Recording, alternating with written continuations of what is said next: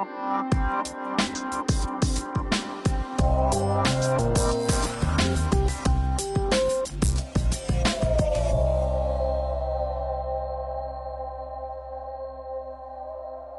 I first started in real estate, a big thing was cold calls. He had to make a certain amount of cold calls every day. I loathed it.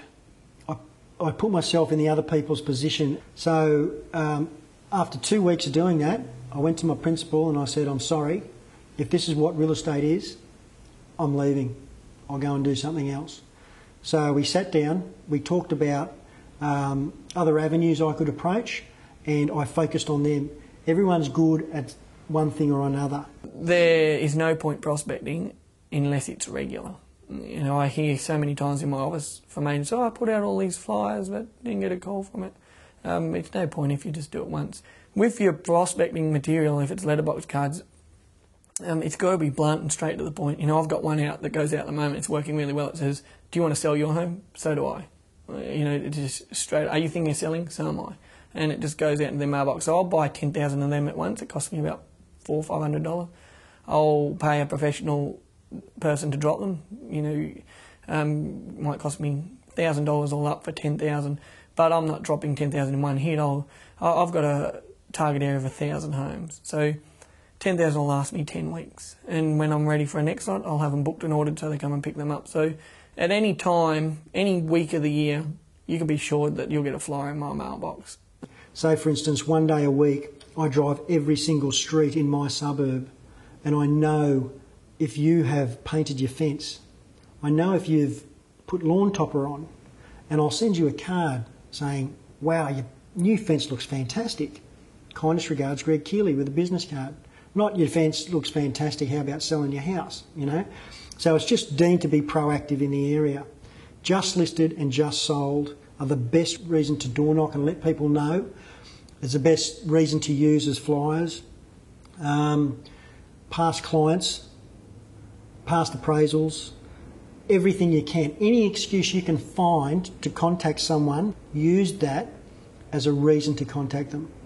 And remember, never ring someone and ask them for something. Ring someone to offer them information. And then I have a monthly plan. So week 1 I would do something with personal promotion. Week 2 I do something with a mailbox drop to my farming area of some sort. And with that mailbox drop I'll have it where it's just listed, so that I've listed. Then I'll have one go out just sold, so they can say, oh look, she's listed lots, oh now she's sold lots. I'm really setting them up for that mentality that Kendall's listing, we want to list with her, oh and she's selling too.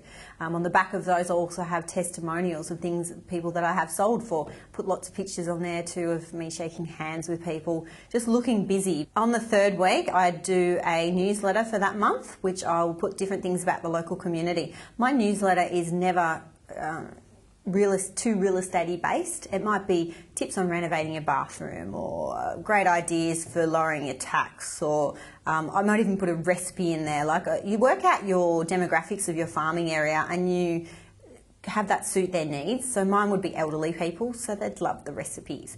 It might be stress relating tips. I would have people in my business networking group do special little articles for my newsletter. So I had a naturopath that would come along to my business networking group. I had a handyman, he'd have a handyman section in my newsletter. So they just email me things for my newsletter and I'd put them in there. I'd also put a property of the month, so I'd put a little bit of real estate but not too much, so everyone could get something out of it. Then on the 4th week would be to my listing prospects in my database. I'd mail something to them. It might be something I've just listed or something I've just sold, so they can see that I'm busy as well, because they'd be looking at selling in the future. If not, they might be listed with another agent. I'd also get testimonials from other people too. I'd also send things out to absentee owners. They want to know what's selling and what, you know, has just listed or just sold. So I'd do that in the 4th week, and I just do that every month. And nearly every week I'd get something from each one of those things. It all works.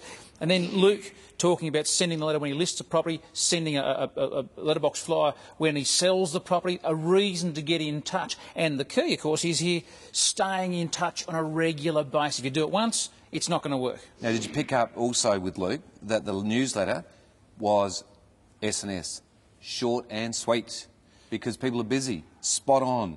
Luke, because they'll read it if it's short and brief and to the point.